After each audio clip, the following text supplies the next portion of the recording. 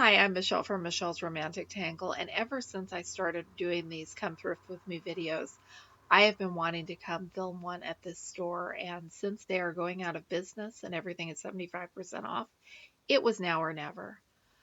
I don't know what these clocks are called. I was trying to explain them to my husband a week or so ago, and I don't, are they burls? I think they're burls, but is that what you would call the clocks? Cute little, I don't know what it is. Too little to be a table, too fancy to be a plant stand. My husband kind of collects these old grinders, so I brought him back the next day to take a look at these and see if they were anything that was different enough or special enough or cheap enough to bring home, but they weren't. And that's okay, you will never know until you ask. The reason I wanted to come in and film at this store is it is so much the opposite of what everyone is currently saying thrift stores are. This is much more like the thrift stores of my childhood. It is a long and narrow building. I love that little deviled egg chick container. It's very 1970s paint your own ceramics. And like I said, this store is it goes back further than I realized that it did, and it is just full to the gills with stuff. Loosely organized, I would say. I'm shopping with my daughter on this trip, so that's her denim dress that you keep catching glimpses of. I'm not filming strangers for my YouTube videos. This resin duck trivet kind of caught my interest, and maybe I should have brought it home. I read the price on this candlestick telephone wrong, and for a giddy moment thought that it was coming home with me, but no, it wasn't. It's probably not the most practical thing to buy a landline telephone in 2019. We've been looking at Steins lately. I don't know. I've got a little bit of a bee in my bonnet, and if I find the right one, it will come home and live on my big old fireplace. But it's not a pressing need, and I'm not in a hurry. And if you look long enough, you will find what you're looking for. Back when Grandma still was alive and had her antique mall, if I had told her I was looking for Stein, she would have had 6 of them already, and I would have had one like with a snap at her fingers. She had a fairy godmother talent for coming up with anything that we mentioned we might be looking for.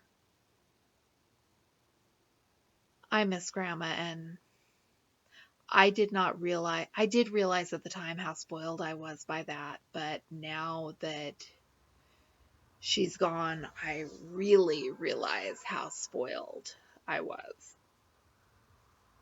They have so many tools. I did bring my husband back to see if there was anything there he needed to fill in gaps in his collection. There is someone's cow collection. And coming up here are a little set of quartz tiki bookends. They were really cute. I'm not sure if they're large enough or heavy enough to actually support a set of books, but they were tempting. Kind of the theme of everything is that it was tempting. Another Stein with football players on it. That wasn't tempting at all. I think the store has spread out deeper into the building than it was the last time we came in. Or maybe I just didn't wander back far enough. It's always been crowded in here, and I don't know why. It's one of those coconut monkey banks that the boys were always pestering me for at Goodwill. And 75% off at this shop put it about at what Goodwill wants for them. So this is a secondhand shop that maybe thinks of itself as an antique store. I don't know what their logic is. Some rocks and shells. Just a little bit of everything. A couple of, I think those were laptops. And I don't know what that, lots of I don't know what it is in the shop. just anything that you would expect to find at a garage sale. Lots of fabric, nothing that I wanted. I did find this cookbook, and the cookbook has its own video from a few days ago. You really should go watch that if you want to see what Vicki left in her 1940s Better Homes and Gardens cookbook. I like this clock. It's a time for baking, and I'm guessing it's a fantasy piece or an advertising reproduction. Some toe shoes, a a telephone that is not a telephone, that was purely a decor piece. Some lots of dolls. I see more and more collectible dolls lately. I don't know if those were a fad that has passed. All the pretty shiny copper. More dolls. More dolls. And a second set of crafting stuff. Lots of wooden stamps, lots of scrapbooking. I don't know what those painted jars were. I'm kind of curious what will happen to all of this, because it honestly looks like garage sale leftovers. And I don't mean that to slam the store. It's just, do people go in to the thrift store looking for glue sticks and compasses?